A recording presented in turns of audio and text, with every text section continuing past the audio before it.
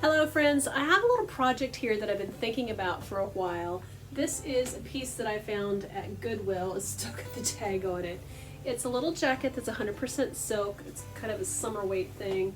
So the basic idea here is to use this little coat as a pattern and see how it goes.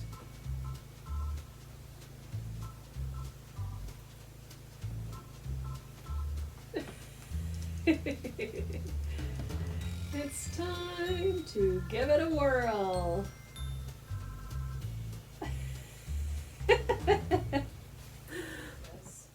So I've got a lot of decisions to make between now and the next step, and I'm just trying to kind of figure out how to go about this, because the idea is probably a little bit different than how it'll flesh out. So, you know, we'll see how it goes.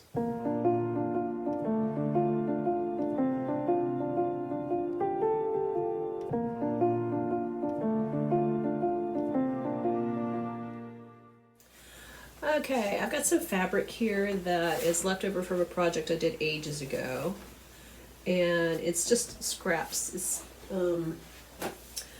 you can see it's got some hand painted stuff on it. I'm just using this for lack of anything better. This is 100% silk. Yes, it does have paint on it, but I'm not worried about that. I'm using the piece from the little salmon jacket, putting it in place, and just using it as precisely as I would a pattern piece. And here you can see I've got it roughly on the grain line. And then I'm going to come along and give it, add seam allowance.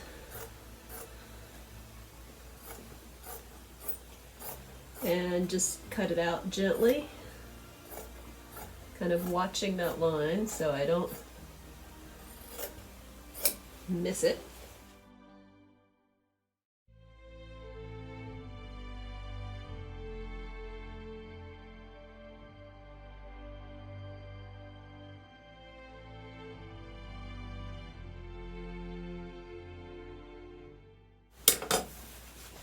Okay, so there's a pattern piece. No, I don't need these anymore, so I'll go ahead and take those off.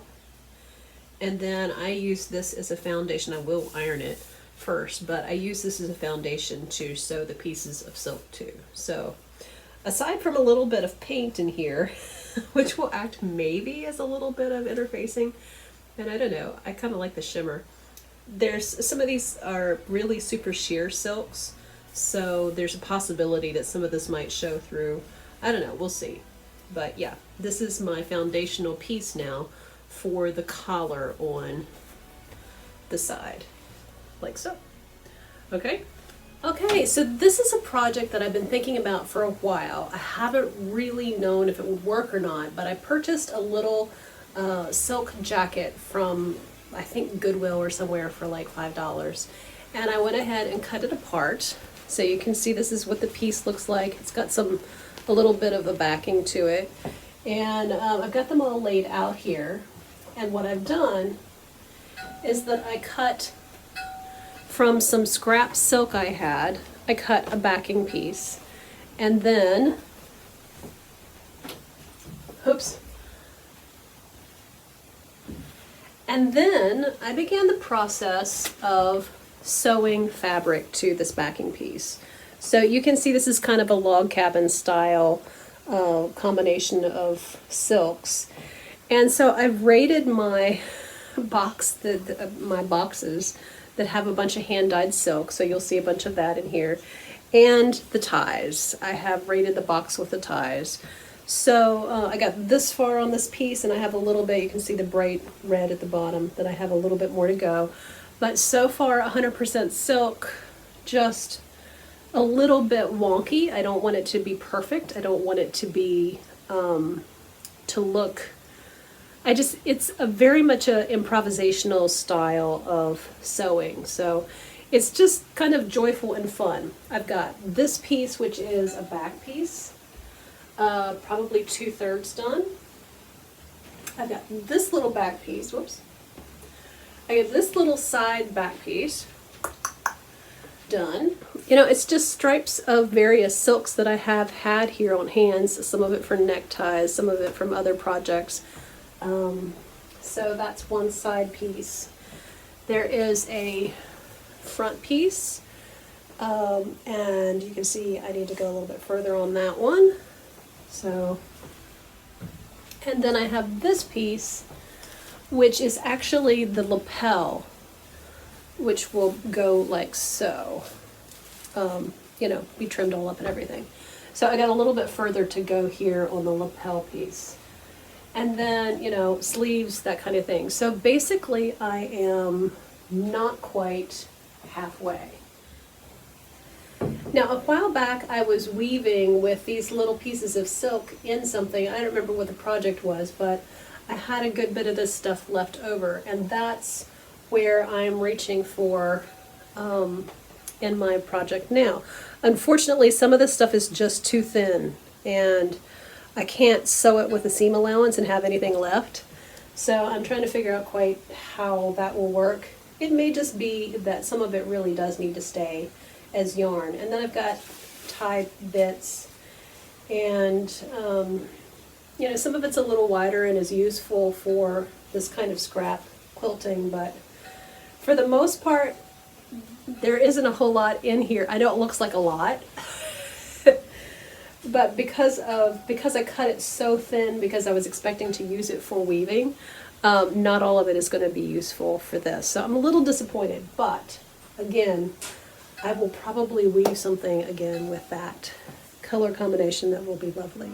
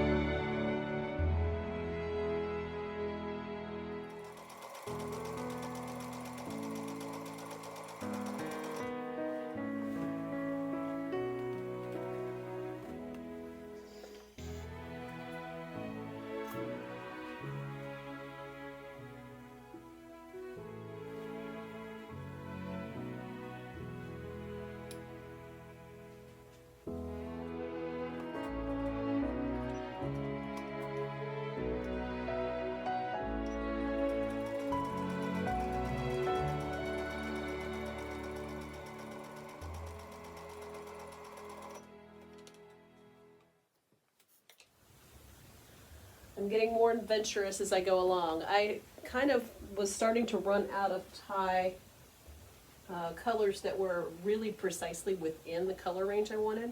So I've really branched out. So you can see in this one that goes on this side, there's a lot more color in here. I've got some greens and peach and purple and pink in here. And so it's still kind of in the same value in terms of intensity.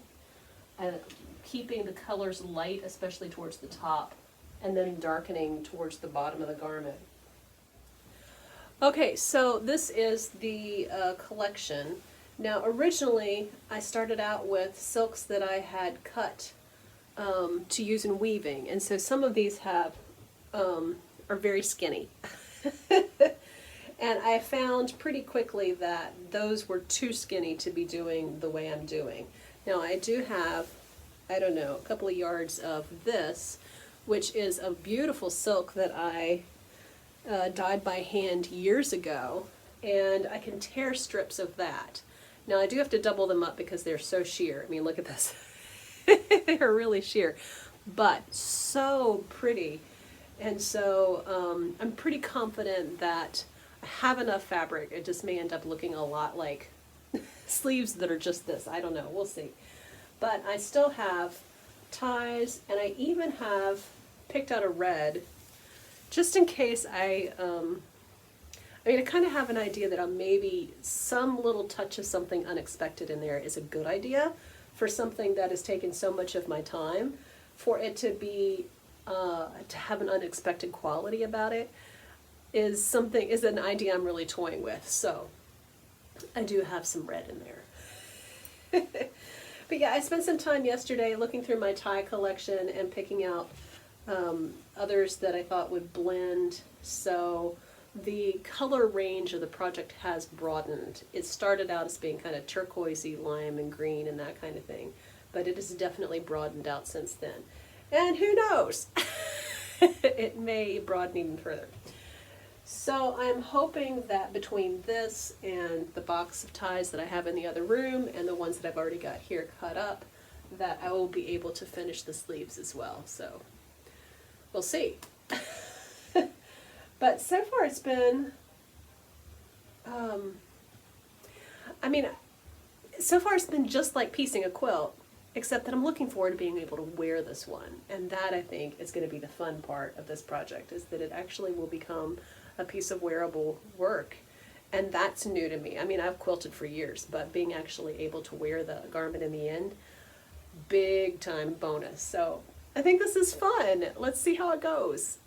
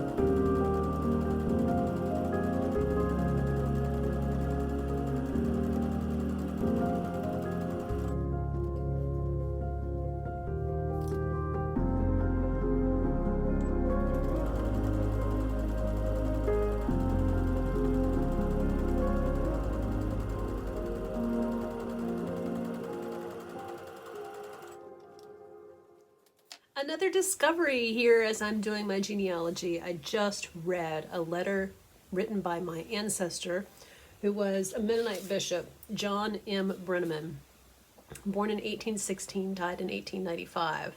And he wrote a letter to President Lincoln. It was interesting. I don't have it in front of me because the same iPad I read it on is the one that's taking this picture, but there's a couple of things that I found really interesting. First, he begins by saying, Mennonites are on the side of the Union, and if there be any of us who are found to be rebels, they should be treated as such, which I thought was really interesting. I didn't know that Mennonites had made that clear of a stance. I didn't know.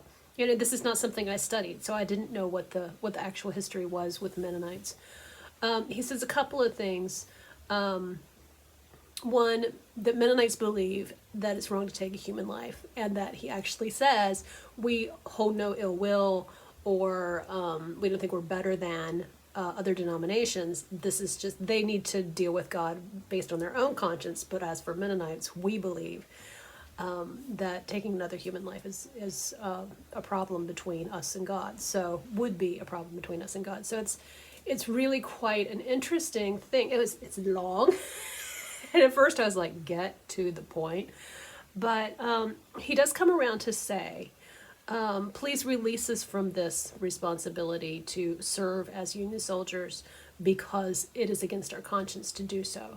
And then he states that they have a willingness to pay tax because apparently in other countries, in Canada and in Europe at the time, if Mennonites were not going to serve, they would be taxed like crazy. So he voices a willingness to pay a tax instead of going to fight. It's really absolutely fascinating. He tells President Lincoln that he will be praying for him. And it's really interesting. Now, the note attached to this letter questions whether it actually made it to Lincoln's desk or not. I have no way of knowing whether it did or not, but the copy of it exists to this day, and it did seem to make it to Ohio State leaders. So that's really kind of interesting. I mean, it's it's part of my heritage that I didn't really know. You know what I mean? Like, I didn't know where. I mean, I know Mennonites were fled from Switzerland because they were persecuted. You know, they were Anabaptists. They didn't baptize infants, as the whole Protestant church no longer baptizes infants. So that's part of what the Anabaptists brought. But there were other aspects of faith and life. I mean, just for example, Menno Simons, he got through seminary without ever cracking open a Bible. And when he got out and he looked back on that in retrospect, thinking that maybe as a student of the Word, which is what seminary is supposed to make you into, the fact that you can get through without actually breaking open the book is a little awkward, because in that era, he was a student of the church tradition. I mean, that's what it meant to be in seminary, as opposed to being a student of the text. So it's all really quite fascinating. It's not something I spend a lot of time thinking about. I mean, yeah, I have been a pacifist in my life, and I have been very aware of how dominant culture views that. It's not respectful at all, especially when, you know, we're gearing up for the war of Iraq, or, you know, I mean, whatever. When the drums of war are beating is when nobody has any patience for the for conscientious objectors. But it was really interesting to see that an ancestor of mine actually said, you know, to President Lincoln, Mennonites are on the Union side, and if there be a Mennonite found on the other side, then he should be treated as a rebel and treated accordingly. I didn't know that was that strong of that they believed firmly in the Union cause. I didn't know. I mean, I grew up in the South, so you make the assumption that, as is the case currently, in current days, that the people would have been influenced by the people around them. But these Mennonites are pretty tough people. I mean, they fled Europe because of the religious persecution, and their ability to hold to their theology through generations, I think, is really remarkable. Unfortunately, I think as I look at my generation and my parents' generation and the generation before them, I think there has been a lot of loss of what Mennonites historically believed. There's been a lot of erosion. Just in those generations, it seems different than what was. I mean, I've got all of these generations on the paper in front of me, and they held these beliefs. It's only in the recent generation or two that some of that peaceful, nonviolent theology has kind of seeped out of the church into, as they have conformed to modern evangelicalism, and that's a sad thing to me. That is a sad thing to me. But yeah, reading a letter that my ancestor, a Mennonite bishop, wrote to President Lincoln, I think I'm impressed. I'm impressed with, that he really thought that the president would see that letter and would pay attention. I mean, that takes a lot of faith. I don't have that faith. If I wrote a letter to our current president, I have zero faith that my letter would ever be read. And, that's fine. Different age, different era. But he really made an interesting argument for allowing Mennonites to be seen as part of the Union, but not soldiers for the Union, not taking human life. Very, very interesting. What does this tell me about myself? I'm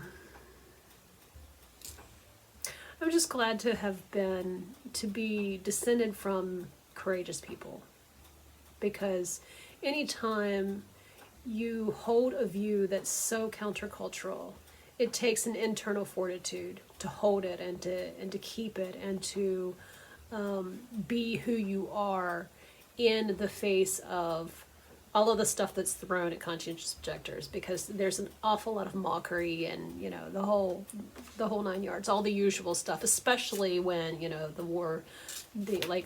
during the Gulf War, during President Bush's presidency, when there was so much nationalism and desire to go to war and, you know, let's get this done and blah, blah, blah.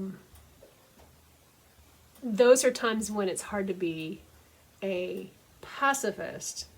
But then what's funny is that we come through stages where, in the country, where it's like, yeah, you should protest peacefully, and that violence thing you're doing is wrong, wrong, wrong, wrong, wrong.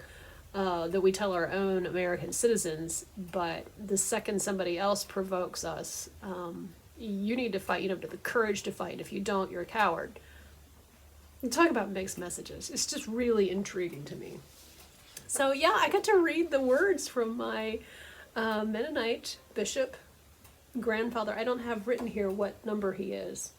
I think he's probably he is a third great-grandfather.